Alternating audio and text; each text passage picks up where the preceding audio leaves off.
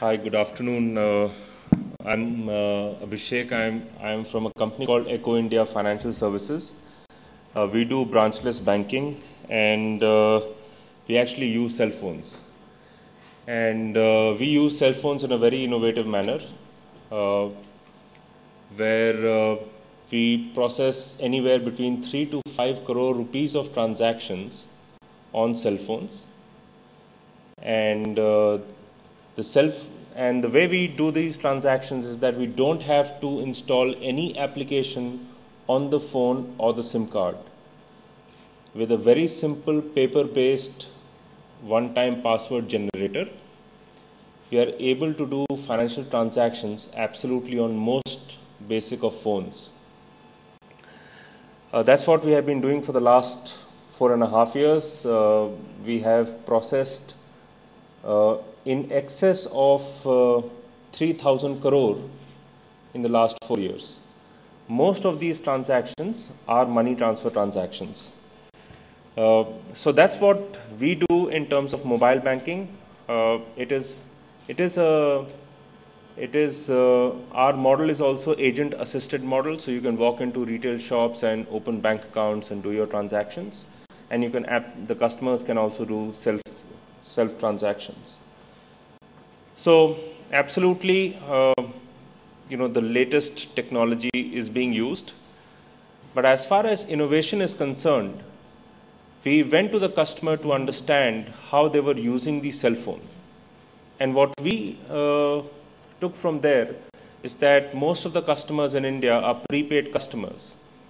And they all dial *123# or *11# and similar 3-digit numbers to find out their prepaid balances.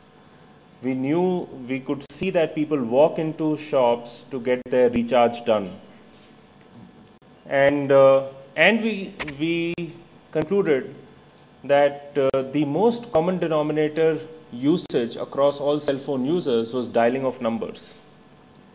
And with these design constraints, we actually went about designing our mobile solution. And so eventually we were able to come out, and the fourth factor was that today when transactions happen at a retail shop, then people use their wallet. And there is a certain time and motion where you pull out the wallet, pull out the notes, and give it to the retailer. So with these design constraints, we had to come out with a solution, and this solution had to compare itself with the time and motion of a wallet. And today we have a solution where all you have to do is dial *543 *123# to find out your bank balance.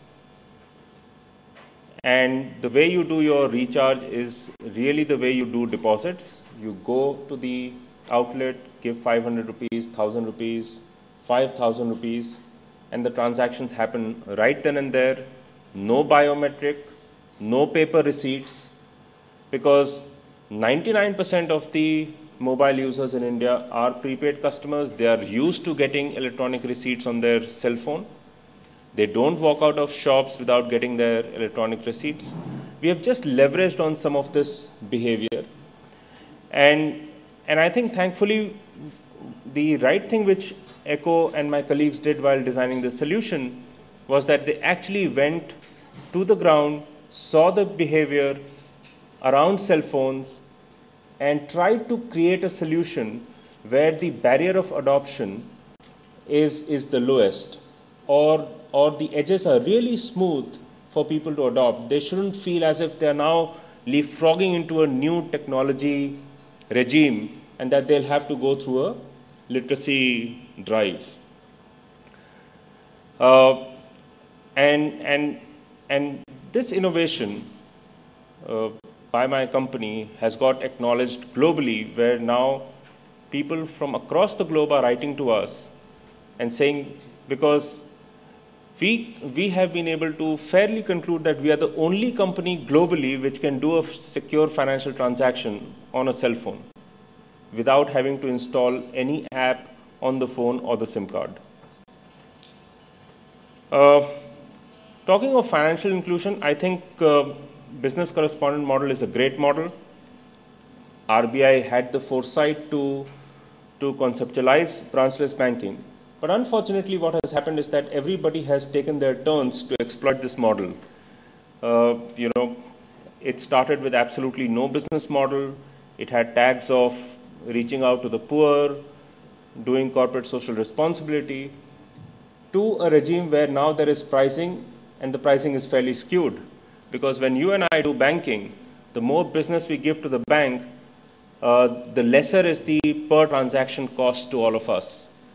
But when these people do transactions, the product construct is such that the more transactions you do, you end up paying more.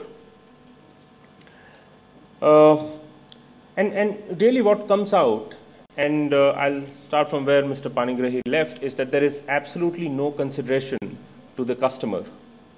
There is consideration to technology, there is consideration to infrastructure, but there is absolutely no consideration to the customer. And there are amazing examples. When financial inclusion did start, then accounts were opened in separate low-cost core banking systems which weren't connected to mainstream banking. So one did not create one large island, but one ended up creating extremely small but hundreds of islands. And we are very much party to that. Also, the other thing is that we have a very discriminatory approach to people who may be moderate income, low income, or who may be in rural areas. We very simply conclude that these people are stupid. And we then go ahead and start to impose our solutions. I think where the mind shift must change is to start treating these customers as customers and not as beneficiaries. And one of the things which my company did is that we would call our campaigns financial literacy campaigns, and we have started to not to use this word and start to use marketing. Because when you do marketing, you go ahead and you woo your customer. And you promise the customer for a certain service. And when that service is not delivered, then the customer demands for that service. But when the service is being offered to a beneficiary, then first of all, you conclude that this is the best this guy needs, so let me just go ahead and offer that to that person. And then the person who's receiving it also says, okay, I just got to take it. So there is no respect to what is being offered. And we have a great example. I don't know why we tend to mess it up with financial inclusion, or when we try and address, when we connect financial services to moderate or low income people. Thankfully, we did not mess it up, excepting for the scams. We did not mess it up in technology, in telecom. It was left democratized. The richest man in India and the poorest person in India got the SIM card for the same cost. The call charges are same for the richest person and the poorest person in India. That's not true for financial services. So I'm just trying to leave. I don't have answers to these questions. The answers lies with policymakers. I'm more of a practitioner.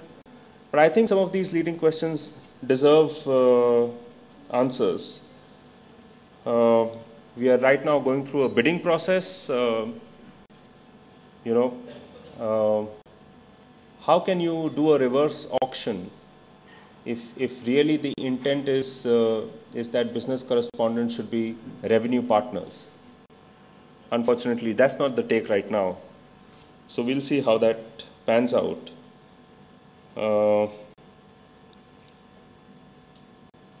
I think the government can do a lot. The government should move away from being very prescriptive on especially customer-facing interfaces, whether these are technology interfaces or non-technology interfaces. I think what the government should focus on is, unfortunately, we do not even have consumer protection regulations, strong consumer protection regulations in banking in the country. So if the government can create a framework where they can talk of not sector-specific or function-specific regulation, but principle-based regulation, could be based on prudential banking, could be based on systemic risks, could be based on consumer protection. I think that'll be a great step. If the government can and if the policymakers can ensure level playing field, we need connectivity from mobile network operators. Mobile network operators don't give us connectivity easily. We have been at it for last 4.5 years, and we have been able to connect with only 3 mobile network operators for access to USSD bearer. And there is no policy. And the operators very openly go ahead and create cartels where they have avoided giving us connectivity, but really the government is also, or the TRAI is also not able to move much ahead on that.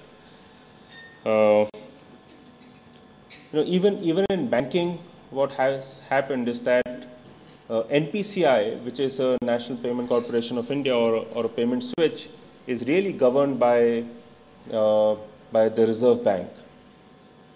Some of these things the government should move out of, and they should allow for private parties to come in, such that it is run as a business, such that there is sustainability. Because I doubt if without sustainability we can really create scale, especially trying to deal with problem statements around financial inclusion and trying to reach out to really the remotest corners in the country. So these are really the leading questions which I want to leave the audience with. I may be sounding cynical, but I'm very excited about being in this space. It keeps me excited every day. And challenges, I tend to assume as more as design constraints than as roadblocks. Because when I close my eyes, I see 2 million human ATMs or banking counters where people can open bank accounts, do their transactions, convert physical cash into electronic money, use that electronic money in various manners. I think that's phenomenal. That vision is phenomenal. And that's what keeps me awake every night. Thank you so much.